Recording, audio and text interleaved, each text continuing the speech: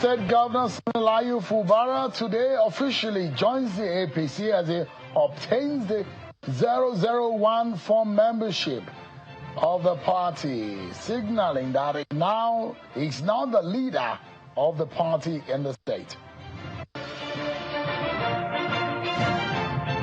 The former Minister of Labor and Employment, Senator Chris Ngige, has been ordered to be remanded at the Kuje Correctional Center pending the hearing of his bail application, now fixed for Monday, 14th of December.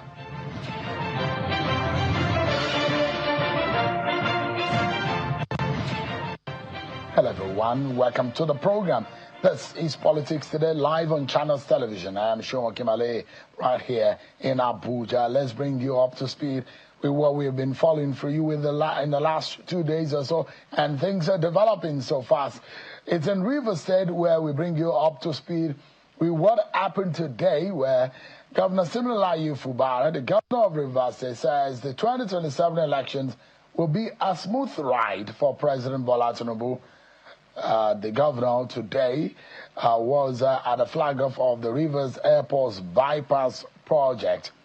And it says that he's very happy that he's now a member of the APC, and as well as the #1 man since he collected his membership card, and the form reads 001.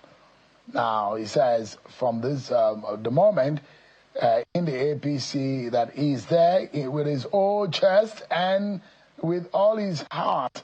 He says the message is clear that the party is going to do everything to make the 2027 election for President Bola Tinubu a smooth ride in Rivers State. Take a listen to Governor Siminalayi Fubara. Today, I'm also very happy this morning.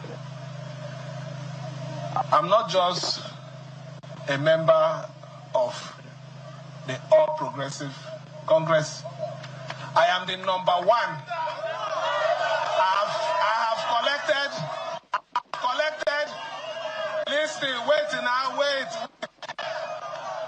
I have collected my card, and the form is 0001.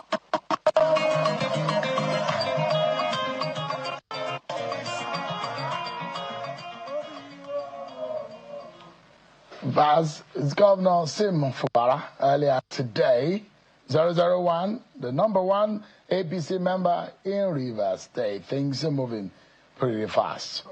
We have much more update for you, but that's going to be after our political roundup stories.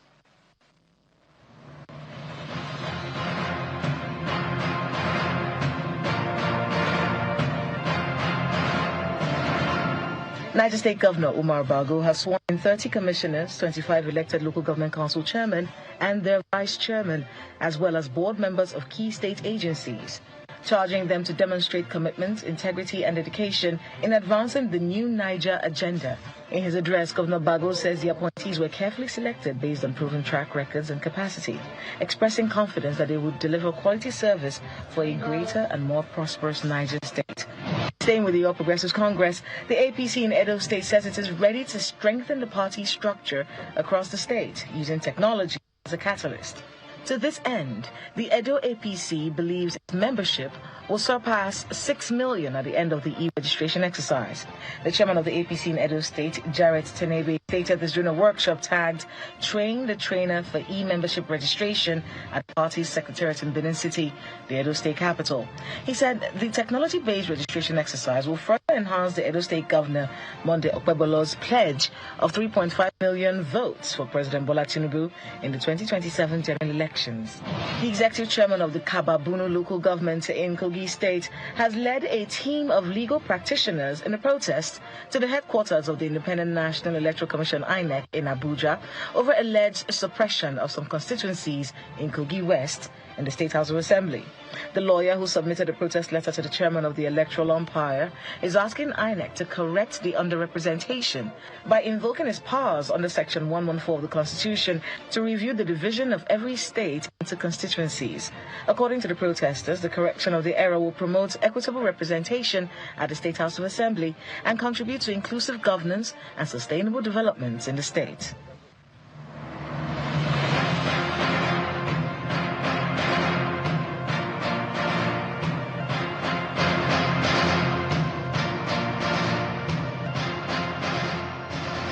There you have it, your political roundup stories. Now, let me also tell you about the former Minister of Labor and Employment, Senator Chris Ngige, who today appeared in court. It was arraigned before an Abuja High Court sitting in Gwarimpa by the Economic and Financial Crimes Commission, the EFCC, over an alleged 2.2 billion naira contract fraud, where Justice Miriam Hassan ordered that the former minister be remanded at the Kuje Correctional Center pending the hearing of his bail application. Now fixed that application date for Monday, 14th of December 2025. Senator Chris Ngige had pleaded not guilty to 8 counts bordering on abuse of office and acceptance of gifts from contractors of the Nigeria Social Insurance Trust Fund, where he served as his supervising minister between September 2015 and May 2023.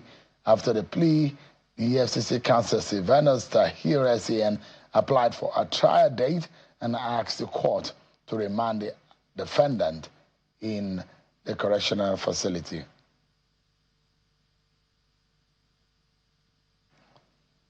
Okay. Our major conversation tonight, I'm going to ask you, if you try to call on your mobile line, how has been the network over the last few days? What has been the reception? What are your thoughts about communication and national security and how we can literally or digitally track criminalities in this country? But tonight, I'll let you know what happened yesterday, where the Ministry of Communications, Innovation and Digital Economy, Dr. Bosun Tijani, says that the federal government's 3 million technical talent, the 3MTT program, has so far received over 6.45 billion naira in funding commitment from 3 core partners. The minister says that this will empower young Nigerians. There was the 3MTT National Impact Summit, which was held at the State House Banquet Hall in Abuja, which was attended by different stakeholders. The minister highlighted the 3 core funding partners as IHS, MTN, and Airtel, Nigeria's telecommunications sector giant, and one of the country's most strategic economic drivers. And we are pushing the debate for convenience of or ease of access to network. Let me allow you to listen to what the minister said at that event yesterday in Abuja. But we believe that this is a program that must definitely continue, because this program has significant implications for our GDP. Because without technology, it is literally impossible for us to actually drive productivity across our key sector. And if technology is going to be required to drive productivity, we will need the talent and the workforce to be able to apply the technology. And this is why, for the future of this program, we are banking on increased private sector collaboration so that there's more job opportunities for those that are being trained. Also, we would like to continue to deepen the quality of the applied learning centers where our fellows go to learn, by ensuring that each of these centers have the quality that is required for them to be able to deliver. I think most importantly, for a nation of our size, it is important that we deliver and develop a talent operating system that can power the training of talent at scale. And lastly, is that for a program of this sort, significant funding is going to be required. And that funding, we must look for a strong endowment to make it happen. And I do hope, with the commitments that we've seen from Mr. President, that we all appreciate the fellows in the room and see them as the future of Nigeria's digital workforce, the future that we need to drive the growth that we need to see in our nation. So there is a perspective from the minister, and who is reeling out some of the advantages and some of what has been done, especially in the light of what some of these giants have contributed in empowering these three MTT projects. But then the federal government, which is represented by the Secretary to the Government of the Federation at that event, has a general agenda on penetration of network and communications generally in the digital economy space in Nigeria. I'll allow you to listen to the Secretary to the Government of the Federation, Senator George Akume.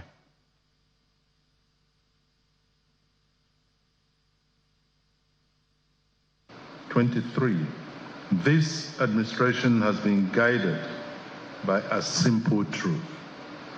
Nigeria's most valuable resource is not oil or minerals, but the creativity, determination, and potential of our people.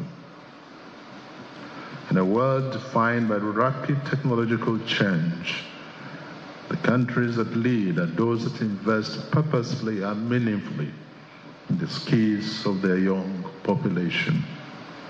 That is why our renewed Hope agenda places human capital development at its core, and why programs like 3MTT remain central to our economic strategy.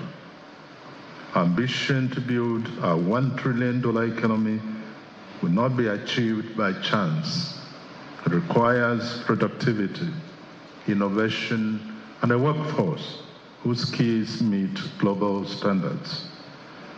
Digital skills now underpin growth across every major sector of our economy, including agriculture, healthcare, finance, manufacturing, education, and public service. A strong digital workforce creates jobs, expands enterprise, and positions Nigeria to participate competitively in the global marketplace. More importantly, it shifts our role in the world from passive consumers of technology to active creators and exporters of talent. The 3MTT program will unlock opportunity, empower young people, and strengthen our long-term economic prospects. The Secretary to the Government of the Federation, Senator George Akume. When we return from the break, we'll take a breather and we shall be speaking with the Ministry of Communications and Digital Economy, Dr. Bosun Tijani. The quality of networks, the plan for the young people of Nigeria, digital economy, and the prospects that it carries, especially the promises made by the Tinubu government. We'll be hearing from him after this break, everyone. Join us again.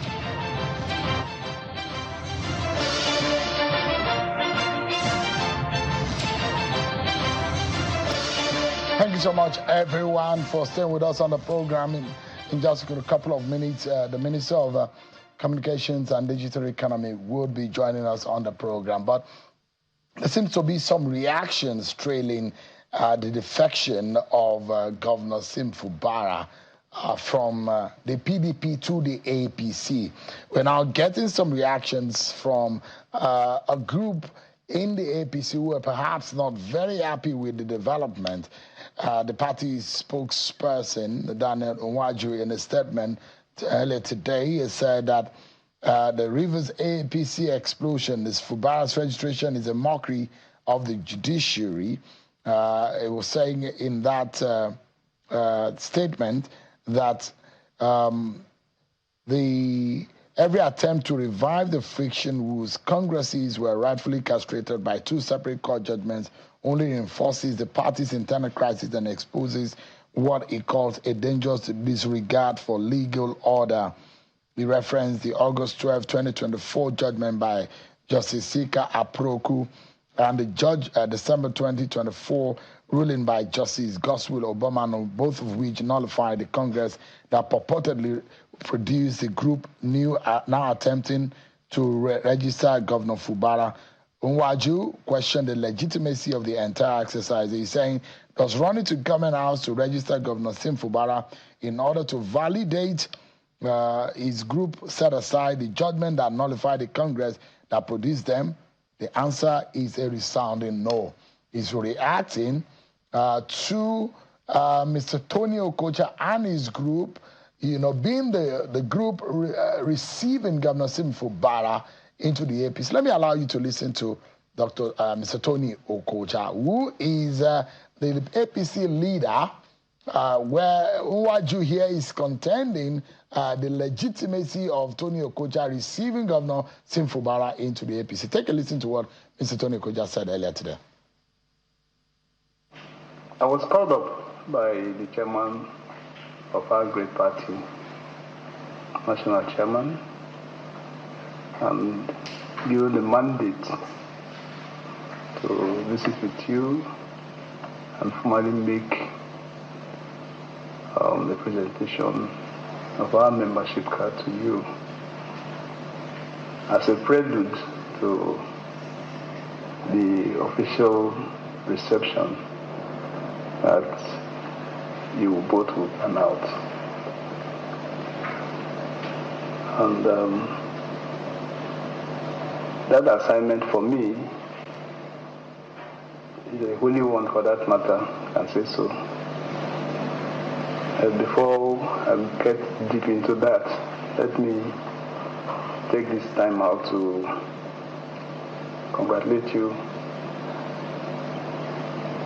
on your decision to join the All Progressive Congress.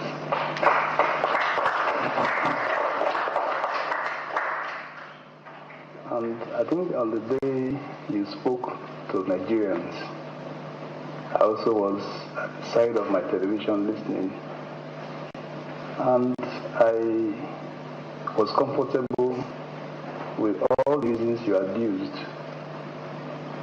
for which you made of your decision to be part of Mr. President's political party. And so, as your servant here, let me use that word, as the chairman of the party in the state, I want to say to you that we welcome you with our whole heart, and I assure you, with all due respect, that we will be at your beck and call. I'm also grateful and so thankful that this opportunity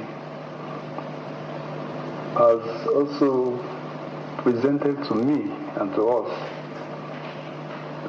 another vista for relationship, or rather remembering what we used to do here in River State. I've seen my friends, political leaders, who have been always at the trenches in the politics of River State.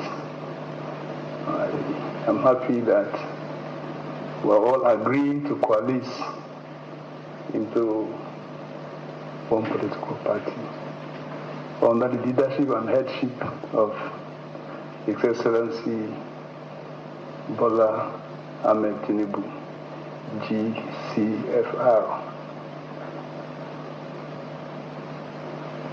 So that I don't belabor the matter, Your Excellency, let me request, with your kind permission, the secretary of our party, who, because of the high-profile personality, is the chief registrant for today's event. The secretary is Chief Eric Weban, who is secretary of the party in the state. He will do the documentation, formal documentation, and the Excellency will do the needful by signing to the stage,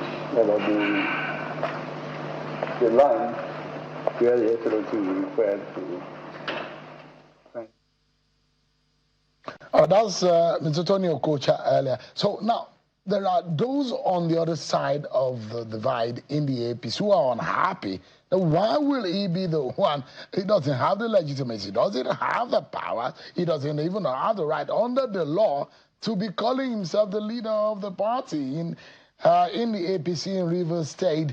Is Governor Sim Fubara going from pan to fire in this matter? Because as soon as they landed, there are already crises waiting in the corner. But again, this is another side of what Governor Sim Fubara said earlier.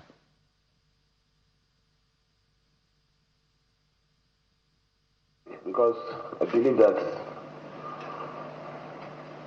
we have always supported him, but maybe from different flats. We are now inside one flat. The job is easy to continue what we have promised, Mr. President. Let me thank the National Executive. The state chairman is representing the national chairman. I want to assure you, you can take my message back to him, that we will do everything to keep APC as the main and active progressive party in Rivers State. We are not only going to stop there. It is my responsibility from this minute to ensure that the party is properly taken care of. I will assure you here that every need of the ESCO, every need of the party in the state becomes my responsibility. You may want to ask, where does this leave the likes of Tonya Cole, who has run for governor in the party twice now? Where does this leave the likes of Tien Jack Rich, one of those who have been the backers and the backbone of the party, funding the party in Rivers State? Where does this leave a few other people who have been the backbone of the APC? So there are a lot of questions in this respect now. The party is sharply divided along this line. But, well, so much to talk about tonight. But let me go on our second break quickly, and we'll get to talk with my guest who is standing by for us.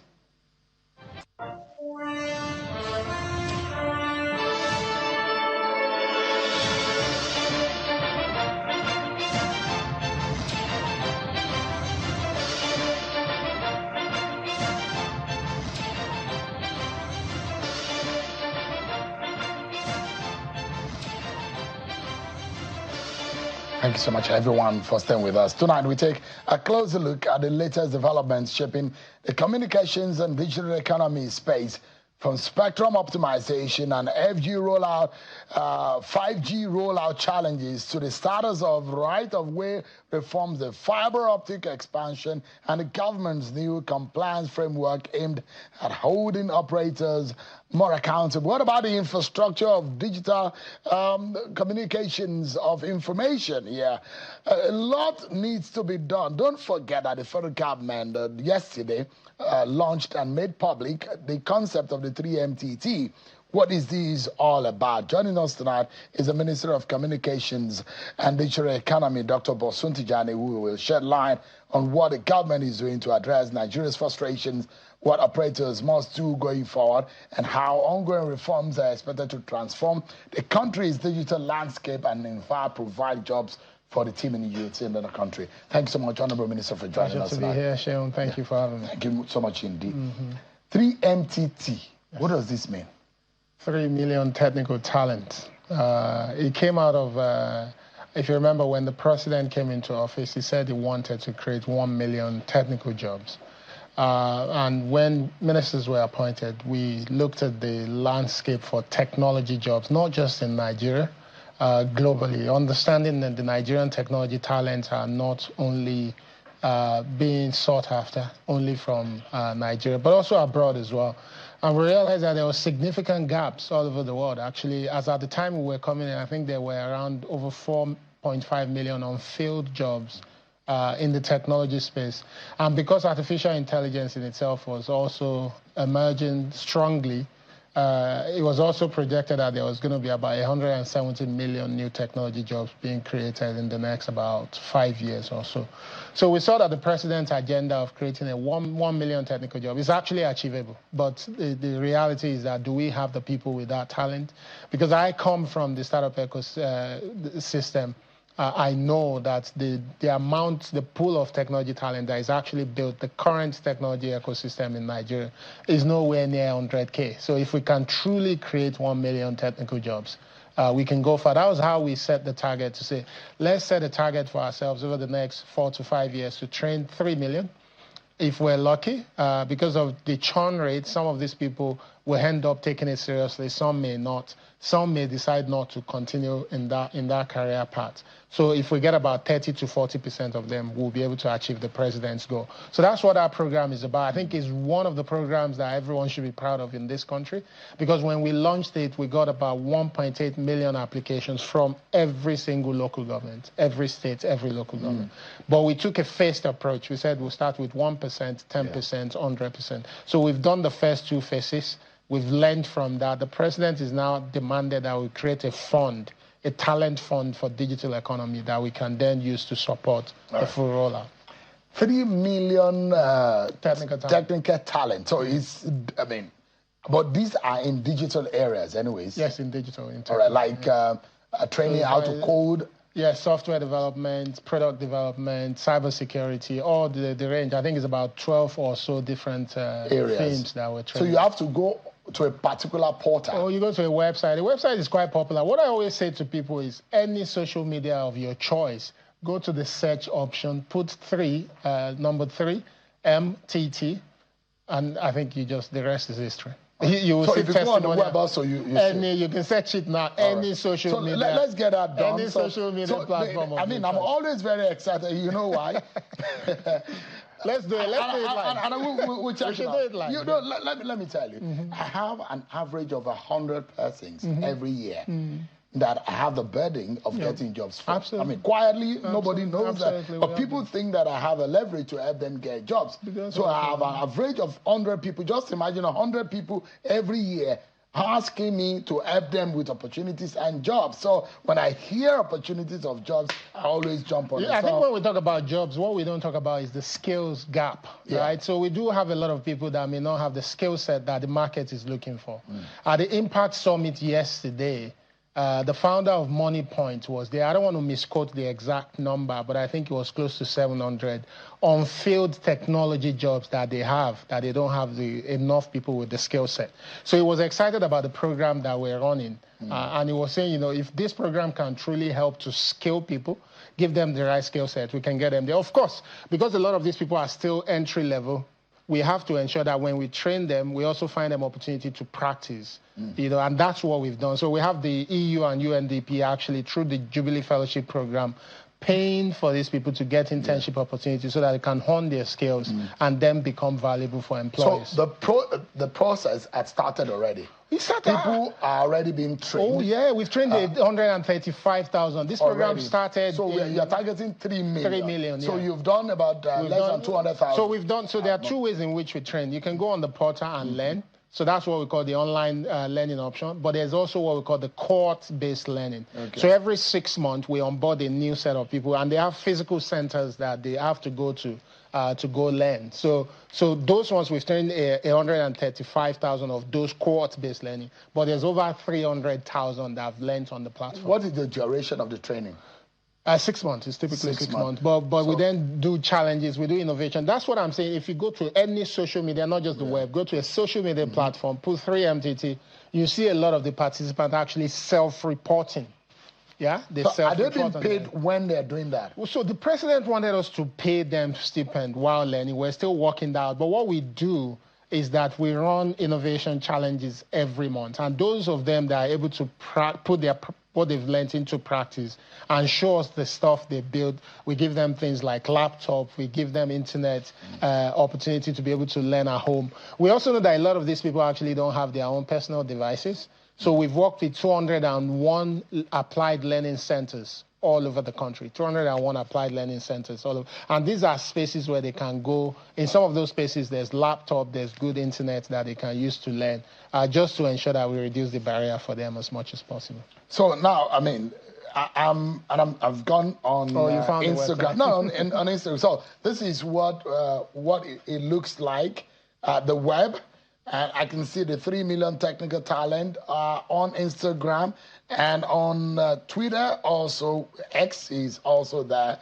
And if you, wherever you may be, I mean, there are millions of unemployed Nigerian youth out there who are looking for the opportunity. Maybe this is just an opportunity. If you know someone who knows another person who needs a job, who needs an opportunity, who are idle at home, who are not able to get fully engaged, it may not be a job right now, but at least you get the training and the skill set right now. Quickly go on there, because when these opportunities come, don't let us see the wrong side of things every time.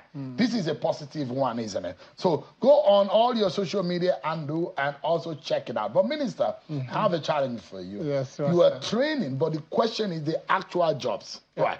Yeah. Because it's beyond me having a skill set. It's me being able to feed myself. Absolutely. How does these translate from training, skill set, that's the empowerment on one side, to actual jobs? So we actually have a dedicated team that is focused on placement. What we've realized in technology is that it's one thing to spend 6 months learning. It's another thing to be ready for the jobs that are out there. So like I was saying earlier, we've actually created a program that puts these folks into internship positions in some of the technology companies. And what we have is in companies where they're saying, we don't need interns because we don't want to pay them, they won't add value immediately. We secure the support of the EU and UNDP through the Jubilee Fellowship Program to actually pay their salary for 1 year.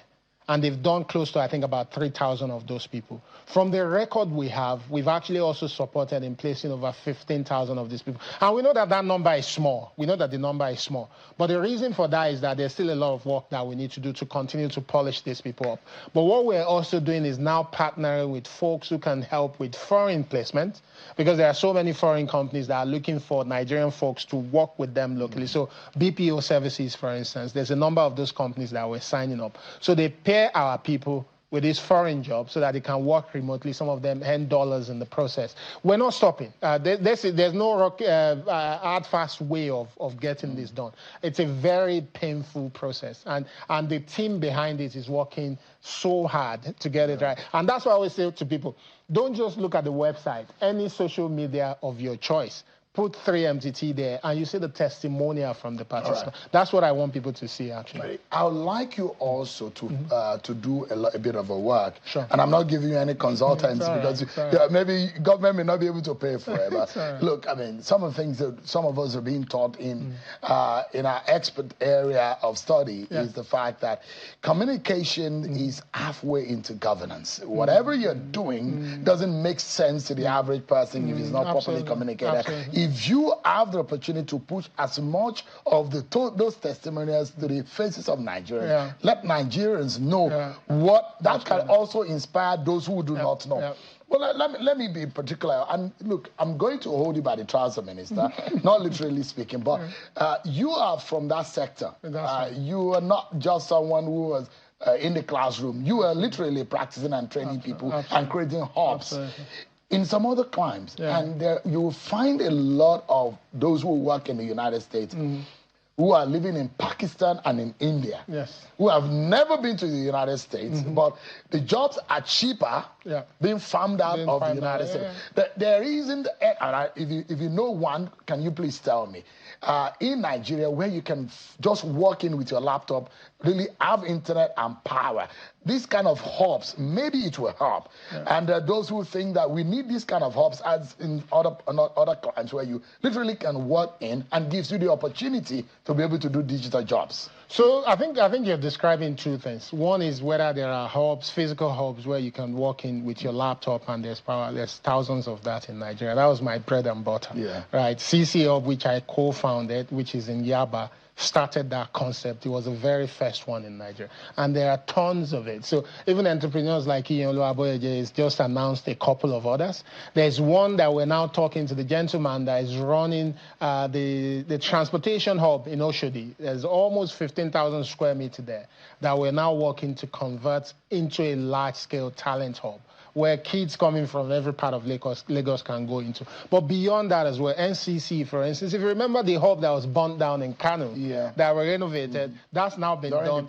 It's for the same thing. The same hub exists in Abeokuta. There's about 3 being built in Borno. UNDP alone is building, I think, close to 10 or 15 So of when people have their laptops, their iPads, they can do anything, gold, just walk in there and you can... NIDA has been building. Our country is a large country, however. There are thousands of these things. We still need so much more to reach our people. But as a practitioner coming from that industry, I can also tell you that as a minister, one thing I've been conscious of is it's not enough to build those centers. You need professionals who can manage them so that they can keep the lights on, they can pay for internet, those centers can be sustainable, and they have the right people there to head the young people. That's part of what we're creating. With 3MTT, through the support of IHS, we actually hired 37 young people that we call community managers in every state of this country and FCT. And they've been working with us since the inception of the program, December 2023. Their role is also to identify those kind of centers,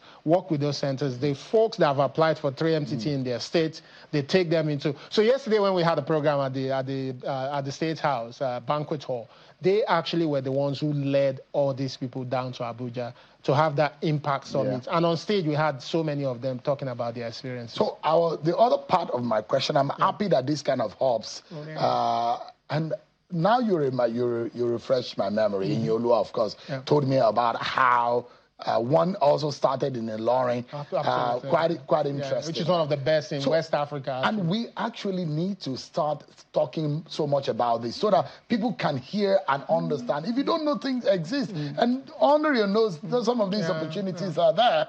But for me, it's also placing Nigeria as now a new global hub for digital skills. So that the rest of the world knows that if you want this kind of skill set, go to Nigeria. Is there anything that the government of the day is doing to say, look, Nigeria is the new Pakistan, Nigeria is the new India, Nigeria is the new China. If you're looking for this kind of skill set, come here. Actually, the Minister of Trade and Investment, Jumoke Oduwole, she has a program that was initially prepared that she's now fine-tuning, that is meant to focus on exporting Nigerian talent, not just in technology space, but generally for those companies that want Nigerian talent to work for them. And Nigeria is already recognized as the destination for technical talent. Immediately after COVID, we actually lost a lot of talent to the UK. So UK has a program that is called, I think, Talent something, that is called Technology Talent Program, that lets people come in with digital skill set, and they give them visa. The bulk of our people that left for Canada were also based on that. But what the new thing we're seeing in Nigeria is there are now businesses that are saying to these companies, you don't need to bring these folks over if you don't have to get them over. We can set up sweatshop here where they can actually work for you from our spaces. We coordinate them. They do everything you need to do. The environment is there. For instance, there's a lady in Abuja that is called Amal. Amal has a company that does business process outsourcing that I believe is employing over 1,000 young people in this Abuja. And they're in a space where they work for foreign companies in the US and all over the world. So Nigeria is coming to that point. We're not there yet. We're not at where you find the likes of India, where India used to be with BPO.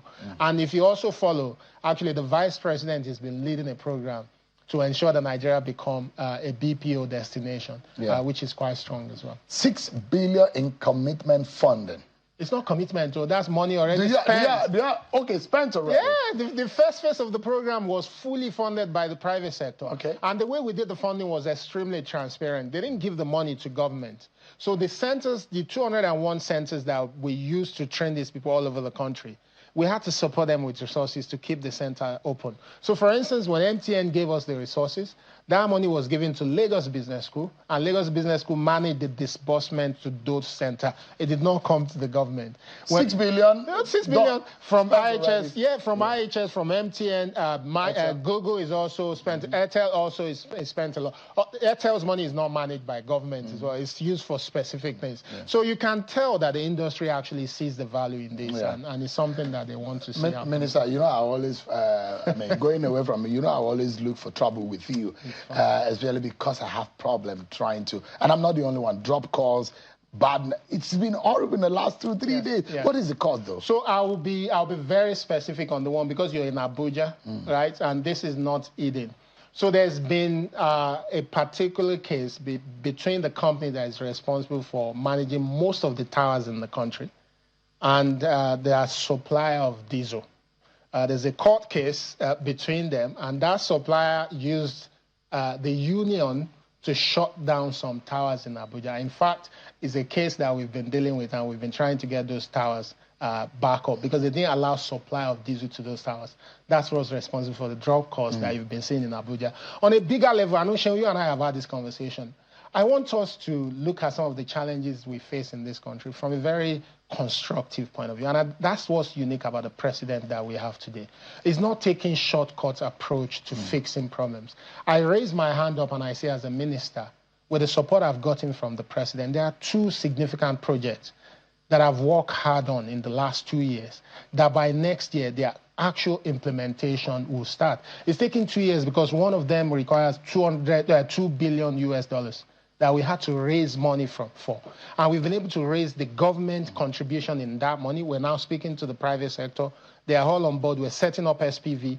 If we're able to implement 90,000 kilometers of fiber optic network, the conversation we have on quality of service is going to go away significantly. What people don't pay attention to is that in the last 10 years, the consumption for bandwidth, the capacity that we consume as a country is gone up by 7x. But the investment in infrastructure is not matched that consumption. More Nigerians, due to things like affordable devices, due to the fact that we now use more content. If you remember, in the last 10 years, Instagram became a lot more popular. In the last 10 years, WhatsApp became a thing. Most calls are being made on WhatsApp. What we consume is gone up by 70x. That's what we've seen, 70x. But the infrastructure to back that is not growing. How many kilometers of these construction do we have? The last time you gave us an update. This is what I'm saying. From day one of this project, we've been saying that construction is not going to start until the end of Q2 next year. Anybody that understands how infrastructure project works, especially for one that is not being funded by government, the process of getting investors to agree to a project and put money into it, that in itself is significant. I tell you, if I leave my job today, I will feel fulfilled because I've already done the major part of raising that money. So whether it's myself or another minister that is coming, the resources to get that project done will not be the problem. And that will be very significant for us as a legacy. The president considers it as a legacy project because imagine Nigeria now has fiber optic network. Your studio will be connected to the fiber, not dongle. A lot of us, we use dongle. We shouldn't be using dongle. Schools should not use dongle. Although the president said that he watches the social media, according to his, they abuse him. There will be more abuses from Nigeria because it's going to be easier. The network is going to be faster. That's on a joking level. But seriously speaking, and I understand that if some of this infrastructure are done, we might be able to have a better connectivity. We will, not might. We will. But Minister, Nigerians want you to hold the telcos accountable. because these drop calls in the mind. I mean, you've worked and you've been around the world, and you know how some of these things are done. If telcos and operators will disappoint you, they will do it in such a way that they will make you feel good. So when I come to your program, you know what I like about your program is how thorough you get on things, and that's why I also like to get thorough in giving information, right? The picture I've painted to you right now to show you. I said two things. I spoke about the drop calls in Abuja in the last few days, the source. I don't have to share that kind of information, right? That is not just a telco issue. We've seen it. NCC has been working with them to say, what's the problem? But they realize where the problem is. And we're already getting involved with the union that is shutting down these towers, because if they continue, then people will have trouble. But beyond that as well, is also the investment into the sector. What I described to you is an indication that from both the private and the public sector, there is a need for significant investment in telecommunication infrastructure. If you go to China, China has just 5G. China has over 4 million 5G towers. The total towers we have in Nigeria is just above 40,000. Just 5G towers alone. I know China is a big country, but see, if you take the proportion, so there's still significant investment. Is there a possibility that the government also, because there are sectors, the government really gave a push to telecommunications. That's what we're doing way earlier. That's what we're doing under President Tinubu. So we're getting more investment in allowing the private sector to also breathe, because they're talking about their tariffs that has never been touched. I mean, well, we don't did it now. They're not declaring bumper profit this year. We've done it. And you know what we've noticed? When we allow the tariff to move slightly in January, we've seen over 1 billion worth of equipment being purchased by these companies. But it's still not going to move fast enough. If you pay attention, two weeks ago, at the Federal Executive Council, the President and the FEC approved that we invest in close to 4,000 towers in rural areas. There are about 23 million Nigerians today, mostly in the north, east, north central, northwest, that are not connected at all. They live in small rural areas. So now the government is actually saying the companies may not want to go there because you don't have a lot of people living in those places. So the profit opportunity for them is not significant. So we want to go there and invest in towers so that we can connect our people and ensure that no one is left behind. Quickly, let's close on this. And I'll take you on the issue of how your ministry, the intersection between your ministry and national security. Absolutely. There are reports of kidnapping. And using unregistered or fraudulently registered SIMs. Why do these SIMs still exist in the system despite the NIN SIM linkage policy of Nigeria? I cannot. So what you've put to me is whether it's fact to you, I don't know where you're getting that from. And I don't know who has that evidence that there are people with SIMs that are not registered. We just imagine that with BVN, with NIN, these guys are making calls. We should be able to track them with some level of it's more technical than that. Communication. It's more technical than that. There was an exercise that was conducted by the telcos to clean out all SIMs. The reason why the president actually pushed us to invest in towers in those areas was the fact that we realized that there was a special kind of technology that they were using to call. They weren't using the normal towers. They bounce calls off multiple towers. When they leave, that's why they enjoy living in areas where it's unconnected at all. And when we're talking about these things, it's why we're upgrading the 2 satellites we have, that if our towers are not working, our satellites will work, because Nigeria is the only country in West Africa with satellites, with communication satellites. We're now bringing new satellites to upgrade the capabilities of those. Is why we're investing in the fiber. Is also why by next year this project is going to start. Now I'm speaking to you about it. We're doing it with Huawei, 4,000 towers in those rural areas. So how soon will any of our satellites come on stream?